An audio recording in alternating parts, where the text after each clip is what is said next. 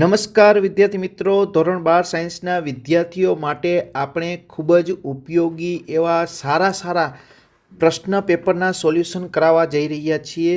જુદી જુદી granted government અને જુદી જુદી સારી શાળાઓ અને તેમના ફિઝિક્સના જે શિક્ષક મિત્રોએ પેપર સેટ કરેલા છે એ પેપર સેટના સોલ્યુશન આપણે કરાવવા જઈ રહ્યા છીએ. તો એમાં આજે આપણે કરાવવાના છીએ R A Patel boys high school Wadhwan city.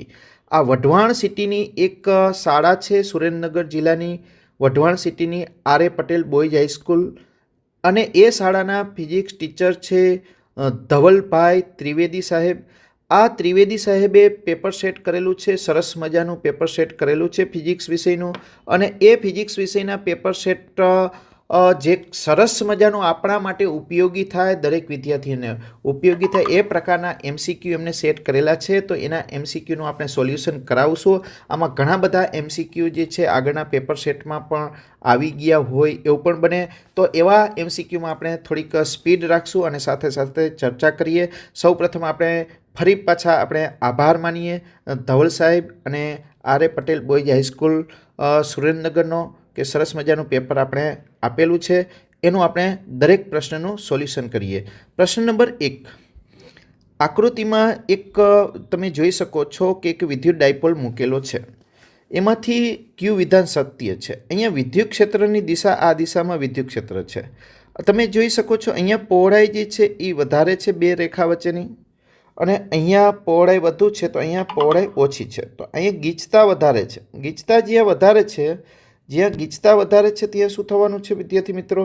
તો કે ગીચતા વધુ છે, અહીંયા ગીચતા છે, ગીચતા વધુ છે ત્યાં વિદ્યુત ક્ષેત્ર પ્રબળ હશે. આના કરતાં એ પ્રબળ હશે. તો માઇનસ ઉપર વિદ્યુત બળ, પરિણામી વિદ્યુત બળ વિદ્યુત ક્ષેત્રની વિરુદ્ધ દિશામાં લાગે છે. તો પરિણામી બળ વિદ્યુત ક્ષેત્રની વિરુદ્ધ દિશામાં લાગે છે તો માઇનસ ક્યુ પર લાગતું બળ ચડિયાતું હશે. કોના કરતાં? પ્લસ પર લાગતા બળ કરતાં. તો આના ઉપર લાગતું બળ જે છે એ પરિણામી બળ ડાબી તરફ હશે. તો ડાયપોલ પર બળ જે લાગશે એ કઈ તરફ લાગશે? ડાબી તરફ બળ લાગશે.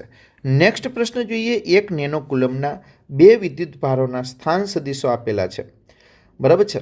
સ્થાન સદિશો આપેલા છે 1, 1, -1, 2, 3, 1. બંને વિદ્યુત ભારો વચ્ચે લાગતા કુલમ બળનું મૂલ્ય શોધવાનું છે. સિમ્પલ વિદ્યાર્થી મિત્રો, કે Q1 Q2 upon R12. R12 એટલે બે સદિશો, સ્થાન સદિશો છે. એમાંથી આપણે બંને સદિશોને જોડતા સદિશનું પરિણામી સદિશ એટલે કે બાદબાકી કરવાની હોય છે. બાદબાકી કરીને એનું મૂલ્ય શોધવાનું હોય છે. તો બાદબાકી કેવી રીતે કરશો? તો કે 2માંથી 1 બાદ થાય તો 1 મળશે, જેને આઈ કેરેટ કહીએ છીએ. 3માંથી 1 બાદ થાય તો 2 મળશે, અને 1માંથી -1 એટલે શું થઈ જશે? 2 થઈ જશે. તો આનું મૂલ્ય શોધશો. દરેક ઘટકના વર્ગના સરવાળાનું વર્ગમૂળ કરશો. 2નો વર્ગ 4, બીજા 2નો વર્ગ 4, 4 ને 4 8, અને 1 9. 9નું વર્ગમૂળ કરશો તો 3 થઈ જશે. પછી તમારે કિંમત મૂકવાની છે 9 × 10⁹ ઘાત. Q1ની કિંમત આપેલી છે, Q2ની કિંમત, બે વિદ્યુતભાર સરખા છે એટલે 10⁻9 ઘાત. એનો સ્ક્વેર કરવાનો છે એટલે 10⁻18 ઘાત. નીચે મળી ગયા છે આપણે 3. 3નો વર્ગ શું થઈ જશે? 9 થઈ જશે.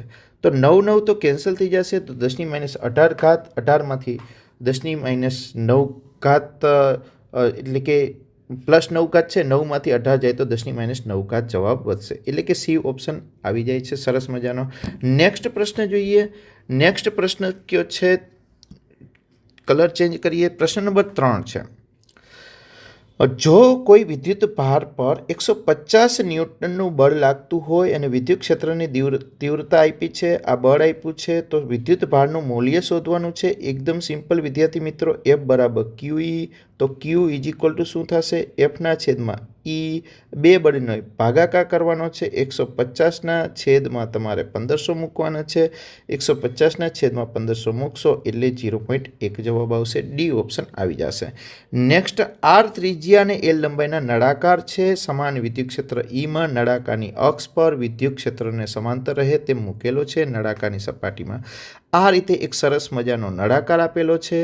એ નળાકાર જે છે એ આ રીતે છે, અને વિદ્યુત ક્ષેત્ર જે છે એ પણ અક્ષને સમાંતર છે. આ વિદ્યુત ક્ષેત્ર અક્ષને સમાંતર છે. તો જેટલું એક છેડેથી દાખલ થશે એટલું જ બીજા છેડેથી બહાર આવે છે, એટલે પરિણામી ફ્લક્સ કેવું આવવાનું છે? શૂન્ય મળવાનું છે. નેક્સ્ટ, વિદ્યુત ડાયપોલનું અક્ષીય વિદ્યુત ક્ષેત્ર અને વિષુવવૃત્તીય વિદ્યુત ક્ષેત્ર ખાલી જગ્યા ગણવું હોય. અક્ષીય એ વિષુવવૃત્ત કરતાં 2 ગણું હોય. અક્ષ ઉપર બમણું હોય છે વિદ્યુત ક્ષેત્ર. બમણું ઓપ્શન ગોતીએ તો 2 છે.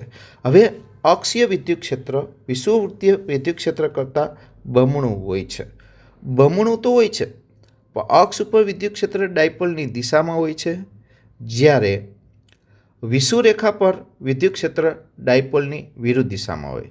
તો ડાયપોલ પર વિદ્યુત ક્ષેત્ર ડાયપોલની વિષુવરેખા પર વિદ્યુત ક્ષેત્ર ડાયપોલની વિરુદ્ધ દિશામાં છે. એનો મતલબ અક્ષ પરનું વિદ્યુત ક્ષેત્ર અને વિષુવરેખા પરનું વિદ્યુત ક્ષેત્ર પરસ્પર વિરુદ્ધ દિશામાં થયું. તો આપણા માટે બંધ બેસતો ઓપ્શન છે સી, બમણું અને અક્ષ પરનું અને વિષુવરેખા પરનું વિદ્યુત ક્ષેત્ર પરસ્પર વિરુદ્ધ દિશામાં છે. નેક્સ્ટ પ્રશ્ન જોઈએ. સમાન રીતે વિદ્યુતભારિત અનંત સમતલ વડે ઉદ્ભવતું વિદ્યુત ક્ષેત્ર E=σ/2ε0 જે અંતરથી સ્વતંત્ર છે. આમાં અંતર ક્યાંય આવતું નથી, એટલે કે r0. આની 0 ઘાત છે. કોઈ પણ 0 ઘાતને 1 કહીએ છીએ. નેક્સ્ટ પ્રશ્ન જોઈએ. તો સમાન વિદ્યુત ક્ષેત્રમાં એક ધન વિદ્યુતભારિત કણને સ્થિર સ્થિતિમાં, સમાન વિદ્યુત ક્ષેત્ર આપેલું છે આ રીતે, એમાં એક સ્થિર વિદ્યુતભાર રાખેલો છે. સ્થિર વિદ્યુતભારને મુક્ત કર્યો એટલે વિદ્યુત ક્ષેત્રની દિશામાં બળ લાગશે. વિદ્યુત ક્ષેત્રની દિશામાં બળ લાગે એટલે v, એટલે કે વેગ વધે. વેગ વધે તો ગતિ ઉર્જા વધે. ગતિ ઉર્જા વધે, જ્યાં જ્યાં ગતિ ઉર્જા વધે ત્યાં સ્થિતિ ઉર્જા ઘટે, સ્થિતિ ઉર્જા ઘટશે. ઘટશેવાળા 2 ઓપ્શન છે. વિદ્યુત ક્ષેત્રની દિશામાં ગતિ કરશે એટલે સી ઓપ્શન આવશે. વિદ્યુતભાર વિદ્યુત ક્ષેત્રની દિશામાં ગતિ કરે એટલે. નેક્સ્ટ પ્રશ્ન જોઈએ. E0 આપ્યા છે, x = 0 થી +x પાસે સ્થિતિમાનનું મૂલ્ય, વિદ્યુત સ્થિતિમાન શોધવું છે. વિદ્યુત ક્ષેત્રનું રેખા સંકલન જેને કહીએ છીએ એ -a થી b E/dx. a થી b બિંદુઓ છે, અથવા x1 થી x2 એવું પણ કહી શકો. x1 થી x2 જે વિદ્યુત સ્થિતિમાન આપે છે. તો એની કિંમત મૂકી દઈએ E0 i કેરેટ, અને dx પણ i કેરેટ જ છે. dx i કેરેટ જ કહેવાય, બરાબર. અને આપણે આગળ માઇનસ સૂત્ર મૂકવા પડશે. તો i.i 1 થઈ જશે વિદ્યાર્થી મિત્રો. તો -E0x લિમિટ છે 0 થી x, -E0x. નેક્સ્ટ પ્રશ્ન જોઈએ. બિંદુવત વિદ્યુતભારનું વિદ્યુત સ્થિતિમાન અને વિદ્યુત ક્ષેત્ર અંતર સાથે કેવી રીતે બદલાય? બિંદુવત વિદ્યુતભારનું વિદ્યુત સ્થિતિમાન તમને ખબર છે. બિંદુવત વિદ્યુતભારનું વિદ્યુત સ્થિતિમાન v =kq/r છે. એટલે કે v ચલે છે 1/r છે, અને વિદ્યુત ક્ષેત્ર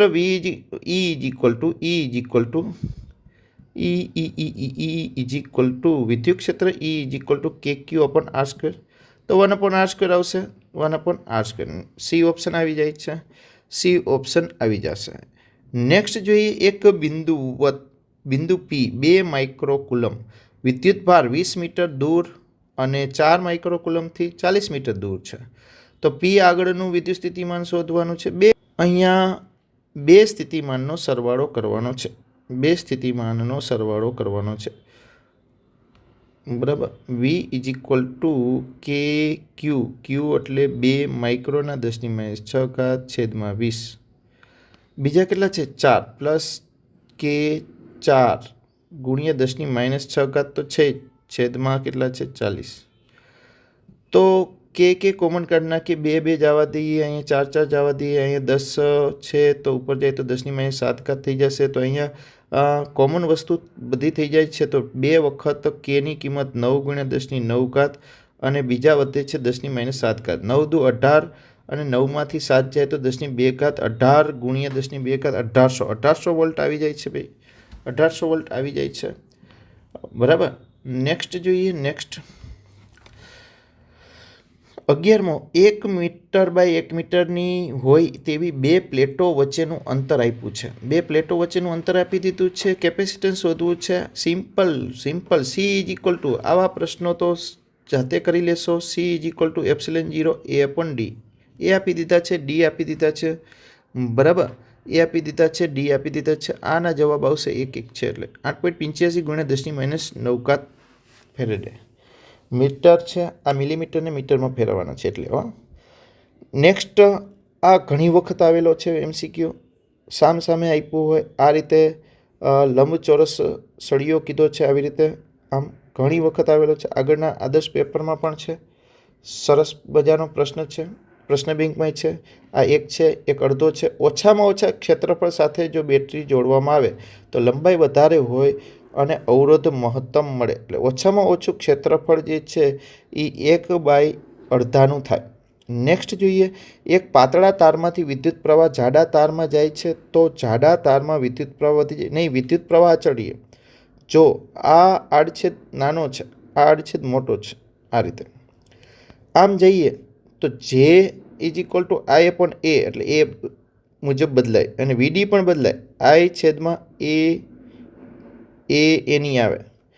ડ્રિફ્ટ વેગ અને પ્રવાહ ઘનતા બદલાય પણ પ્રવાહ અચળ રહે. યાદ રાખવાનું, પ્રવાહ અચળ રહે તો પ્રવાહમાં ફેરફાર ન થાય, પ્રવાહમાં ફેરફાર ન થાય. વિદ્યુત પ્રવાહ ઘનતા ઘટી જાય. જાડા તાર તરફ જાય, વ્યસ્ત પ્રમાણ છે, આડછેદના વ્યસ્ત પ્રમાણ છે. આઈ અપોન એ પ્રવાહ ઘનતા જે છે એ આઈ અપોન એ છે, એના વ્યસ્ત પ્રમાણમાં. નેક્સ્ટ, સમાન ઈએમએફ એપ્સિલન, સમાન આંતરિક અવરોધ આર ધરાવતા એન વિદ્યુત કોષોને આર સાથે સમાંતરમાં જોડવામાં આવે. સમાંતરમાં કીધું છે, સમાંતરમાં એપ્સિલન સરખા હોય, એપ્સિલન છેદમાં આર પ્લસ આંતરિક અવરોધ એનમાં ભાગનો થઈ જાય. આનો લસા લ્યો તો એન એપ્સિલન છેદમાં એન આર પ્લસ આર થઈ જાય. સી ઓપ્શન થઈ જશે. બરાબર છે. નેક્સ્ટ, એક ઇલેક્ટ્રોન પ્રવાહધારિત લાંબા સોલેનોઇડની અક્ષ પર અચળ વેગથી પ્રક્ષેપ કરવામાં આવે. નીચેનામાંથી ક્યુ વિધાન. આ રીતે સોલેનોઇડ આપ્યું છે, એમાં ચુંબકીય ક્ષેત્રમાં એક ઇલેક્ટ્રોન જશે, સમાંતર છે. એફ બરાબર QVB sine 0, QVB sine 0, sine 0ની કિંમત 0, એટલે કોઈ બળ નહીં લાગે, ચુંબકીય બળ અનુભવશે નહીં. તો સોલેનોઇડની અક્ષ પર ઇલેક્ટ્રોન અચળ વેગથી પોતાની ગતિ જે છે એ ચાલુ રાખશે. નેક્સ્ટ, 200 ગ્રામ દળનો 1.5 લંબાઈનો એક સીધો તાર 2 એમ્પિયર વિદ્યુત પ્રવાહ ધરાવે છે. સમક્ષિતિજ સમાન ચુંબકીય ક્ષેત્રમાં હવામાં લટકતો રાખો. ચુંબકીય બળ, વજન બળ બરાબર ચુંબકીય બળ ILB. યાદ કરો, સંતુલિત સ્થિતિ કરવી હોય ત્યારે વજન બળ, જો વિદ્યુત બળ લાગતું હોય તો mg બરાબર QE કરીએ છીએ, અહીં ચુંબકીય બળ ILB. તો B ઇઝ ઇક્વલ ટુ આપણે કરવાનું છે mgના છેદમાં IL. એમ આપણી પાસે છે 200 ગ્રામ એટલે કે 0.2 kg કરી નાખ્યા. જી આપણી પાસે છે, છે 10 લઈ લી, 10 છેદમાં આઈ કેટલા આપેલા છે? 2 આપેલા છે, આઈ 2 આપેલા છે. અને બીજું શું આપેલું છે? આઈ એલ 1.5 આપેલા છે, L 1.5 આપેલા છે. તો 2 ઉડાડી દઈએ, અહીંયા ઉપર 2 વહી ગયા, તો અહીંયા 3/2, 2/3 એટલે 0.65, 2/3. બરાબર. એક વિદ્યુતભારિત કણ નિયમિત ચુંબકીય ક્ષેત્રમાં ગતિ કરે છે. નિયમિત ચુંબકીય ક્ષેત્રમાં. તો વિદ્યાર્થી મિત્રો, ચુંબકીય ક્ષેત્રના કારણે વેગનું મૂલ્ય ન બદલાય, વેગની દિશા બદલાય. વેગનું મૂલ્ય ન બદલાય એટલે ગતિ ઉર્જામાં ક્યારેય ફેરફાર થતો નથી. ચુંબકીય ક્ષેત્રની તાકાત નથી કે વેગનું મૂલ્ય બદલાઈ શકે. ચુંબકીય ક્ષેત્ર ફક્ત ને ફક્ત દિશા જ બદલાવે. એટલે વેગમાન બદલાય છે, કેમ? તો કે એની દિશા બદલાય છે. એ વેગમાન સદિશ રાશિ છે, પરંતુ ગતિ ઉર્જા તો અદિશ રાશિ છે. એટલે ગતિ ઉર્જા ક્યારેય પ્રાપ્ત કરતી નથી ચુંબકીય ક્ષેત્રના કારણે. ગતિ ઉર્જા શેના કારણે મેળવે? વિદ્યુતભાર, તો કે વિદ્યુત ક્ષેત્રના કારણે જ મેળવે છે. વારંવાર આવેલો પ્રશ્ન છે. બરાબર છે. સમજો, મોસ્ટ ઇમ્પોર્ટન્ટ પ્રશ્નો સાહેબે સિલેક્ટ કરેલા છે, બધા વ્યવસ્થિત જોજો. આર ત્રિજ્યા ધરાવતી વીજ પ્રવાહ ધારિત રિંગને લીધે તેની અક્ષ પર તેના કેન્દ્રથી આર અંતરે ઉદ્ભવતું ચુંબકીય ક્ષેત્ર. આર ત્રિજ્યાની રિંગ છે, એની અક્ષ પર આ એક રિંગ છે, આ એની અક્ષ પર આ આર, કેપિટલ આર ત્રિજ્યા છે, આ અક્ષ ઉપર સ્મોલ આર અંતરે, આર અંતર મોટું છે, મોટા અંતરે ચુંબકીય ક્ષેત્ર કેટલું હોય તો તમને ખબર છે 1/r ઘન મુજબ એક ડાયપોલ જેવું કામ કરે છે. રિંગ એક ચુંબકીય ડાયપોલ મોમેન્ટ ધરાવે છે અને એના કારણે ઉદ્ભવતું ચુંબકીય ક્ષેત્ર 1/r ઘન મુજબ છે. નેક્સ્ટ, એક નાનો ગજ્ય ચુંબક તેની અક્ષ સાથે 30 અંશનો ખૂણો અને નિયમિત ચુંબકીય ક્ષેત્ર B આપી દીધું છે. 0.032 જૂલ મૂલ્યનો ટોર્ક અનુભવે છે. જો ચુંબક ભ્રમણ માટે મુક્ત હોય ત્યારે સ્થાયી અને અસ્થાયી સંતુલન સ્થિતિમાં હોય ત્યારે તેની સ્થિતિ ઉર્જા. સ્થાયી સંતુલન અને અસ્થાયી સંતુલન પહેલી વસ્તુ તો સ્થાયી સંતુલન એટલે થીટા 0 લેવાનું છે અને અસ્થાયી સંતુલન એટલે થીટા 180 લેવાનું છે. બરાબર. તો સ્થાયી સંતુલન અને અસ્થાયી સંતુલનમાં સ્થિતિ ઉર્જા શોધવાની છે. સ્થિતિ ઉર્જા શોધવા માટે તમારે શું કરવું પડશે? અહીંયા બી તમે જાણો છો, અહીંયા ટોર્ક જાણો છો, એના ઉપરથી સૌપ્રથમ તમારે એમ શોધવો પડશે.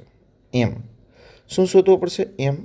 કેવું સૂત્ર આપણી પાસે છે? અહીંયા જગ્યા પણ સરસ મજાની છે. Tau is equal to MB sin 30. MB એમને કરતાં કરીએ sin 30. sin 30ની કિંમત 1/2 એટલે MB બાય 2. તો એમને કરતાં કરીએ તો 2 ટોના છેદમાં બી થઈ જશે. 2 આપ્યા છે, ટો આપ્યા છે 0.032 છેદમાં બી આપી દીધા છે 0.16. અહીંયા 16 દુ 32 કરી નાખીએ, 16 દુ 32, 2 દુ 4 કરી નાખીએ તો 0.4 વધશે. બરાબર છે, 0.4 વધશે, 0.4 વધશે. હા, હવે આપણે સ્થિતિ ઉર્જા શોધવી છે. You is equal two minus MB cos 0 સ્થાયી સ્થિતિમાં. માઇનસ એમ આપણી પાસે છે 0.4, બી આપણે આપી દીધા છે 0.16. 16 ચોખ્ખું 64, 16 ચોખ્ખું 64, 64 એટલે 0.064 થશે પણ માઇનસ. તો સ્થાયી સ્થિતિમાં માઇનસ 0.064 અને cos 180 મૂકશો તો માઇનસ માઇનસ પ્લસ થઈ જશે. અસ્થાયી સ્થિતિમાં પ્લસ 0.064 એટલે એ ઓપ્શન આવશે. એ ઓપ્શન સરસ મજાનો MCQ છે. નેક્સ્ટ પ્રશ્ન જોઈએ. નેક્સ્ટ પ્રશ્ન નંબર 20. એ આડછેદનું ક્ષેત્રફળ એ લંબાઈ અને ચોરસ આંટાની સંખ્યા n ધરાવતા સોલેનોઇડનું આત્મપ્રેરકત્વ. સરસ મજાનું સૂત્ર છે. μ0 મોસ્ટ ઇમ્પોર્ટન્ટ છે. વારંવાર આપણે કહીએ છીએ કે આ સૂત્ર યાદ રાખજો. μ0 કેપિટલ N² A/L. બરાબર છે. પરિમાણવાળું ધરાવતું, પરિમાણ પર આધાર રાખતું આત્મપ્રેરકત્વનું સૂત્ર છે. બરાબર છે. તો અહીંયા એલ વધે, એલ વધારવો છે. આ એલ વધે ક્યારે? એલ ઘટે અને એ વધે તો. અંશ વધે, છેદ ઘટે. એલ ઘટે, એ વધે. એલ ઘટે, એ વધે તો કેપિટલ એલ વધે. કેપિટલ એલ આત્મપ્રેરકત્વનો છે. સ્મોલ એલ જે છે એ લંબાઈનો છે. નેક્સ્ટ પ્રશ્ન જોઈએ. પ્રશ્ન નંબર 21. આકૃતિમાં દર્શાવ્યા મુજબ એક ગજિયા ચુંબકનું પોલા નળાકાર પર મુક્ત પતન કરવામાં આવે તો ઉદ્ભવતો પ્રવેગ જે છે એ ગુરુત્વ પ્રવેગ કરતાં ઓછો હશે. કેમ? તો કે અહીંયા નીચે પડે છે, અહીં n છે તો nની સામે n બનશે, nની સામે nn બનશે. આમાં આ જે વાહક છે એમાં વાહક ઉપર n દિશામાં વિદ્યુત પ્રવાહ નિર્માણ પામશે, nની સામે n બનશે, nn વચ્ચે અપાકર્ષણ થાય. અપાકર્ષણ લાગવાના કારણે ગુરુત્વ પ્રવેગ જે નીચે તરફ હોય તો વિરુદ્ધ દિશામાં એક બળ પ્રવેગ એ લાગે છે તો ગુરુત્વ પ્રવેગ કરતાં ઓછો પ્રવેગ હશે. બરાબર છે, G - A થઈ જશે. નેક્સ્ટ, એક ઇન્ડક્ટરનું આત્મપ્રેરકત્વ આપેલું છે. આ એલ આપેલું છે, આ I આપ્યો છે. વિદ્યુત પ્રવાહ ડેલ્ટા T 0.1 સેકન્ડમાં સમાન દરથી ઘટીને શૂન્ય થઈ જાય છે. તો EMF શોધવું છે. સિમ્પલ સૂત્ર છે વિદ્યાર્થી મિત્રો. Epsilon is equal two -L/dI/dt. L આપી દીધા છે 50 મિલીના 10⁻³ કરવાના છે અને dI/dt આપી દીધા છે 1/0.1 સેકન્ડ. તો 50 × 10⁻⁴ થઈ જશે. 50 × 10⁻⁴ ને આપણે શું કહેશું ભાઈ? 50 × 10 અહીંયા 0.1 છે તો 10⁻⁴ થઈ જશે. એટલે 50 × 10⁻² થઈ જશે, સોરી. તો 0.5 આવશે. નેક્સ્ટ, એલ 200 મિલી હેનરી જેટલું આત્મપ્રેરકત્વ ધરાવતા ગૂંચળામાં 4 એમ્પિયર વિદ્યુત પ્રવાહ સ્થાપિત કરવા ખાલી જગ્યા ઉર્જા જોઈએ. Simple, you is equal two 1/2 Li², 1/2 Li². આ સૂત્રમાં કિંમત મૂકશો, સાદરૂપ આપશો એટલે તમને જવાબ મળી જશે 1.6 જૂલ. આગળ આવી ગયેલો છે. નેક્સ્ટ, 50 હર્ટ્ઝ AC આવૃત્તિનો RMS પ્રવાહ 5 એમ્પિયર આપ્યું છે. આ પણ આવી ગયેલો છે આપણી પ્રશ્ન બેંકમાં. 1/300 સેકન્ડ પછી પ્રવાહનું મૂલ્ય 5 × √3/√2. કયું સૂત્ર આવશે? I = Im sin ωt વાળું. એમની જગ્યાએ √2I કરવાના છે. √2i કરવાના છે. કેમ? તો કે અહીંયા જે RMS મૂલ્ય આપ્યું છે 5, બરાબર. તો અહીંયા સાઇન ઓમેગાની જગ્યાએ મૂકવાના છે 2π f અને t આપેલા છે 1/300. એટલે તમારે છેલ્લે તમારે અહીંયા વધશે π/3 વધશે. π/3 એટલે sin 60ની કિંમત √3/2 અને સાદરૂપ આપશો એટલે બી ઓપ્શન આવી જાય છે. નેક્સ્ટ 25મો પ્રશ્ન છે. 25મા પ્રશ્નમાં શું કીધું છે કે 6 વોલ્ટ જે છે RMS 1 ઓહમ રિએક્ટન્સ ધરાવતું ઇન્ડક્ટર અને 2 ઓહમ અવરોધ શ્રેણીમાં જોડેલ છે. તો પરિપથમાં વ્યય થતો પાવર શોધવાનો છે. વ્યય થતો પાવર શોધવા માટે વિદ્યાર્થી મિત્રો P = I²R. પણ I શોધવા માટે તમારે V/Z કરવા પડે. અહીંથી ચાલુ કરીએ છીએ. V/Z, Z એટલે R² પ્લસ અહીંયા રિએક્ટન્સ કોઈ પણ એક આપી દીધો છે X². તો V 6 છે છેદમાં R છે 2 નો વર્ગ 4 વત્તા 1 નો વર્ગ 1, 4 ને 1 5, 4 ને 1 5, 5 એટલે 6 ના છેદમાં √5. હવે એની કિંમત અહીંયા મૂકીએ. 6 નો વર્ગ 36 છેદમાં √5 નો વર્ગ 5 અને આરની કિંમત આપી દીધી છે કેટલી આપી દીધી છે 2. તો 36 દુ 72 અને 72 ભાગ્યા 5 કરશો તો 15 × 5 = 75 એટલે C ઓપ્શન આવી જશે. અહીંયા 14.4 છે. અલગ કલર કરી નાખીએ. અહીંયા 14.4 છે. અહીં 14.4 એટલે 14.4 જવાબ આવશે. 14.4 વોટ. બરાબર. નેક્સ્ટ 12 વોટનો વિદ્યુત બલ્બ છે. સ્ટેપ ડાઉન ટ્રાન્સફોર્મરમાં 24 વોલ્ટ પ્રવાહ અને મહત્તમ પ્રવાહ શોધવાનો છે. તો 12 વોટ છે. P = IV કરી નાખો. તો I બરાબર શું થશે? P/V કરી નાખો. પણ આ તમને RMS મળશે. P 12 છે, V 24 છે. અહીંયા 0.5 મળે છે, એ RMS મળે છે. આપણે શોધવાનો છે મહત્તમ પ્રવાહ. મહત્તમ પ્રવાહ શોધવાનો છે એટલે 0.5ને 1/2 કહેવાય. 1/2 કહેવાય. એ 1/2ને ગુણ્યા √2 કરવા પડશે. ગુણ્યા √2 કરશો તો શું થશે? 1/√2 થઈ જશે. શું થઈ જશે? 1/√2. 1/√2 એ ઓપ્શન આવશે. નેક્સ્ટ X દિશામાં પ્રસરતા સમતલ વિદ્યુતચુંબકીય તરંગો E અને B માટે નીચે જણાવેલ ઘટક જોડ શક્ય છે. કઈ શક્ય છે? બંને પરસ્પર લંબ હોય.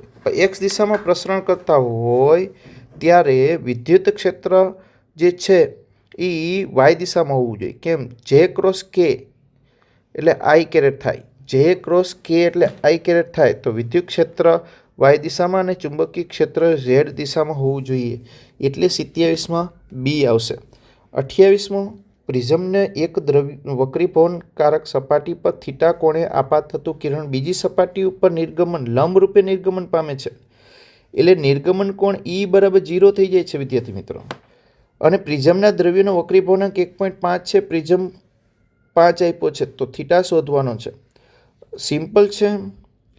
સિમ્પલ છે, સરળ છે. આપણે કરીએ અહીંયા. I + E = A + delta. એમાં E નિર્ગમન કોણ લંબ સાથેનો ખૂણો માપીએ છીએ. લંબ રૂપે બહાર નીકળે છે એટલે નિર્ગમન કોણ તો 0 છે. તો A ડેલ્ટાની જગ્યાએ નાના પ્રિઝમ કોણનું સૂત્ર છે A(n-1). આ સૂત્ર છે dm = A(n)(1-1) આવું સૂત્ર આવે છે. બરાબર છે. તો અહીંયા એ 5 આપ્યા છે. 5 એ 1.5 છે. -1 1.5માંથી 1 જાય તો 0.5 એટલે 1/2. 5ના અડધા 2.5. 5 ને 2.5નો સરવાળો. 5 અને 2.5નો સરવાળો થશે 7.5. 7.5 છે ઓપ્શન. આ છે એ. અંતર્ગો અરીસાના અક્ષ પર ધ્રુવ અને મુખ્ય કેન્દ્રની વચ્ચે કીધું રાખેલી વસ્તુના પ્રતિબિંબનો પ્રકાર આભાસી ચત્તુ અને મોટું જ હોય. અંતર્ગો અરીસામાં આભાસી હોય મોટું જ આપે. બહિર્ગો અરીસામાં આભાસી ચત્તુ અને નાનું જ કાયમ હોય. અંતર્ગો અરીસામાં વાસ્તવિક ઉલટું મળે પણ એ નાનું મોટું બંને મળી શકે. વાસ્તવિક ઉલટું આભાસી હોય એ મોટું જ મળશે. વિદ્યુતચુંબકીય તરંગવાદ ખાલી જગ્યાને સમજાવવામાં નિષ્ફળ નીવડ્યો. ફોટોઇલેક્ટ્રિક અસર સમજાવવામાં નિષ્ફળ નીવડ્યો છે. 31માં જો સ્લિટ અને પડદા વચ્ચેનું અંતર 4 ગણું કરવામાં આવે, સ્લિટ અને પડદા વચ્ચેનું અંતર કેપિટલ ડી કહેવાય, 4 ગણું કરવામાં આવે તો સલાકાની પહોળાઈ beta is equal to lambda D upon D, સલાકાની પહોળાઈ 4 ગણી થઈ જશે, 4 ગણી થઈ જશે. બરાબર. નેક્સ્ટ જોઈએ ન્યુક્લિયસમાં રહેલા પ્રોટોન કે જે 1 મેગા ઇલેક્ટ્રોન ઉર્જાથી ન્યુક્લિયસ સાથે બંધાયેલા છે, તેને દૂર કરવા જરૂરી ફોટોનની તરંગ લંબાઈ SC અપોન લેમડા કરી શકો છો ભાઈ, SC અપોન લેમડા કરી શકો છો. તરંગ લંબાઈ નેનોમીટરમાં જોઈ છે. બરાબર. તો E is equal two SC upon lambda, તો લેમડા ઇઝ ઇક્વલ ટુ SCના છેદમાં E. E આપણે નેનોમીટરમાં જોતા હોય ત્યારે અહીંયા 1240 વાપરીએ છીએ SC, અને E આપ્યા છે 10⁶. 10⁶ ઉપર જાય તો માઇનસ થઈ જશે, તો 1.2 ગુણ્યા 10⁻³ વધશે નેનોમીટરમાં. 1.2 ગુણ્યા 10⁻³. આપણી શોર્ટ ટ્રીક છે 12400 એંગસ્ટ્રોમમાં જોતા હોય ત્યારે, નેનોમીટરમાં જોતા હોય 1240. 100 મિલીવોટ પાવર ધરાવતા વિદ્યુત વિકિરણમાંથી એકમ સમયમાં ઉત્સર્જાતા ફોટોનની સંખ્યા શોધવાની છે. લેમડા આપી દીધો છે ભાઈ, લેમડા આપી દીધો છે, ફોટોનની સંખ્યા શોધવાની છે. તો આપણે P is equal two NE upon T, કુલ ઉર્જાના છેદમાં સમય 1 સેકન્ડ, તો N ઇઝ ઇક્વલ ટુ શું થઈ જશે? Pના છેદમાં E. E એટલે SC અપોન લેમડા, લેમડા ઉપર વહી જશે. આનું સાદુરૂપ આપશો, પાઠ્યપુસ્તકનો જ છે, આવડી જાય એવો છે. આનો C જવાબ આવી જશે 2 ગુણ્યા 10⁻². નેક્સ્ટ, જો આપેલા કણની ગતિ ઉર્જા બમણી કરવામાં આવે, લેમડા ઇઝ ઇક્વલ ટુ, યાદ કરો, lambda is equal two H upon root of 2mk. તો ગતિ ઉર્જા રૂટની અંદર બમણી થાય તો અને વ્યસ્ત પ્રમાણમાં છે તો તરંગ લંબાઈ √2ના વ્યસ્ત પ્રમાણમાં થઈ જશે. શું થઈ જશે? ડી ઓપ્શન આવશે. 1/√2 ગણી થઈ જશે વ્યસ્ત પ્રમાણમાં. પૃથ્વીની આસપાસ 1.5 ગુણ્યા 10⁻11 મીટર સરેરાશ ત્રિજ્યા ધરાવતા 365 દિવસે એક પરિભ્રમણ પૂર્ણ કરે છે. પૃથ્વીની આ ગતિ સાથે સંકળાયેલ ડી બ્રોગલી તરંગ લંબાઈ શોધવાની છે. ડી બ્રોગલી તરંગ લંબાઈ શોધવાની છે, લેમડા શોધવાનો છે. તો આપણે સરેરાશ ત્રિજ્યા આપી દીધી છે, આવર્તકાળ પણ આપી દીધો છે. 365 દિવસ એટલે આવર્તકાળ. આવર્તકાળના વ્યસ્તને આવૃત્તિ કહીએ છીએ. બરાબર. અને પરિભ્રમણ પૂર્ણ કરે છે, એક પરિભ્રમણ પૂર્ણ કરવા માટેનો સમય આવર્તકાળ આપી દીધો છે. ત્રિજ્યા છે તમારી પાસે, તો વેગ મળી જશે. વેગ એટલે 2πr/t. એક પરિઘ જેટલું અંતર કાપવા માટે લાગતા સમયને આવર્તકાળ કહેવાય. બરાબર છે. દળ છે, વેગ આવી ગયો, દળ છે, તો તમારી પાસે lambda is equal two H/mv. બસ આ કિંમત મૂકશો, સાદુરૂપ આપશો એટલે જવાબ આવશે. જવાબ મારા ખ્યાલ મુજબ આવે છે એ. બરાબર છે. વીની કિંમત આ મૂકવાની છે. નેક્સ્ટ, જો બે કણની ઝડપ સમાન હોય તો ડી બ્રોગલી તરંગ લંબાઈ માટે શું સાચું? ઝડપ સમાન કહી દીધી તો આ જ સૂત્ર lambda is equal two H/mv વાળું જે મૂકેલું છે, આમાં વી સરખા છે તો જેનું દળ વધુ એનો લેમડા ઓછો, જેનો દળ ઓછો એનો લેમડા વધુ. દળના વ્યસ્ત પ્રમાણમાં બંનેની ડી બ્રોગલી તરંગ લંબાઈ સમાન હોય નહીં, બંનેની ડી બ્રોગલી તરંગ લંબાઈ શૂન્ય હોય નહીં. દળ વધારે તો તરંગ લંબાઈ વધારે નહીં, દળ વધારે તો તરંગ લંબાઈ ઓછી. ડી ઓપ્શન આવશે. નેક્સ્ટ જોઈએ ગાઈગર માસ્ટરના પ્રયોગમાં સુવર્ણ પાતળા વરખની જાડાઈ કેટલી લીધી હતી? 2.1 ગુણ્યા 10⁻7 મીટરના ક્રમની. કેટલી? 2.1 ગુણ્યા 10⁻7. રુથરફર્ડના પ્રયોગમાં ખાલી જગ્યામાંથી ઉત્સર્જિત અને ખાલી જગ્યા ઉર્જાના બિસ્મથ છે, બીઆઈ છે અને 5.5 મેગા ઇલેક્ટ્રોન વોલ્ટ છે. બે સેટ થવું જોઈએ. સી ઓપ્શન આવશે. નેક્સ્ટ જોઈએ બોહર અધિતર્ક મુજબ આર ત્રિજ્યાની સ્થિત કક્ષામાં રહેલા ઇલેક્ટ્રોનનું કોણીય વેગમાન √r. કેમ? તો કે Rn is equal two n²r0. nમી કક્ષાની ત્રિજ્યાનું સૂત્ર છે આપણી પાસે. Rn is equal two n²r0 છે અને Ln is equal two nh/2π છે. તો અહીં nનું વર્ગમૂળ કરતો √r, તો અહીંયા √r કોણીય વેગમાન √rના સમપ્રમાણમાં છે. નેક્સ્ટ, સળંગ વર્ણપટમાં દેખાતી અપ્રકાશિત રેખાઓ શેના કારણે જોવા મળે છે? શોષણ રેખાઓ છે. તમને ખબર છે ફોટોનનું શોષણ થઈ જાય છે એટલે એ અપ્રકાશિત ભાગ દેખાય છે. નેક્સ્ટ, ક્લોરીનનું દળ આપ્યું છે, સરેરાશ દળ આપ્યું છે, ટકાવારી આપી છે, ટેક્સ્ટ બુકનો છે, વારંવાર આવતો છે 35.47 ક્લોરીનનું સરેરાશ દળ પણ આવે છે. ઇલેક્ટ્રોન વોલ્ટ એ કઈ ભૌતિક રાશિનો એકમ છે? ઉર્જાનો, કેમ કે K = EV0 વારંવાર આવે છે. ઇલેક્ટ્રોન વોલ્ટ ઉર્જાનો એકમ છે, ઉર્જાનો એકમ છે. નેક્સ્ટ આ બેની દળાંક આપ્યા છે, બંનેની ત્રિજ્યાઓ આપી છે. તો ત્રિજ્યાઓનો ગુણોત્તર 27નું ઘનમૂળ એટલે 3 અને 64નું ઘનમૂળ એટલે 4, 3/4 થઈ જશે. નેક્સ્ટ પરમાણુ દળાંક એ, આ કયું સૂત્ર ખબર છે ને? R = R0 એની 1/3 વાળા સૂત્ર. પરમાણુ દળાંક એ વધતો જાય તો ન્યુક્લિયસ સાથે સંકળાયેલ કઈ ભૌતિક રાશિ અચળ? ઘનતા. ન્યુક્લિયસની ઘનતા અચળ હોય, હંમેશા અચળ હોય. કેટલી હોય? 2.3 × 10⁻⁷ kg/m3 અચળ જ હોય. પરમાણુ વડે રોકાતું કદ તે ન્યુક્લિયસના કદ કરતાં લગભગ કેટલા ગણું છે?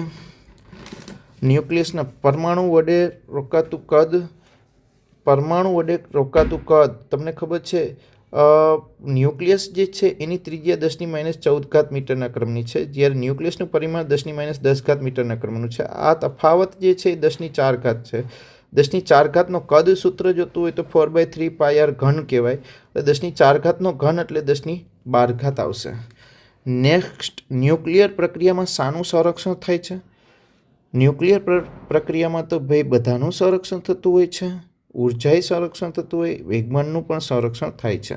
પી પ્રકારના અર્ધવાહકમાં હોલ વધારે હોય છે ભાઈ, ઇલેક્ટ્રોન્સની સંખ્યા કરતાં ઓછી હોય છે, હોલની સંખ્યા કરતાં વધારે હોય છે. પી પ્રકારના અર્ધવાહક માટે નીચેનામાંથી કયું વિધાન સાચું છે? ઇલેક્ટ્રોન મુખ્ય વાહક છે? નહીં. હોલ મુખ્ય વાહક છે? હા. ટ્રાયવેલન્ટ અશુદ્ધિ છે? હા. તો બી ઓપ્શન બંધ બેસતો મળી જાય છે. સરસ મજાનો, બરાબર છે. નિરપેક્ષ શૂન્ય તાપમાને સિલિકોન અવાહક તરીકે વર્તે છે. સિલિકોન અવાહક તરીકે વર્તે છે. પીએન જંકશન ફોરવર્ડ બાયસમાં પોટેન્શિયલ બેરિયરની ઊંચાઈ ઘટે છે. પોટેન્શિયલ બેરિયરની ઊંચાઈમાં શું થાય છે?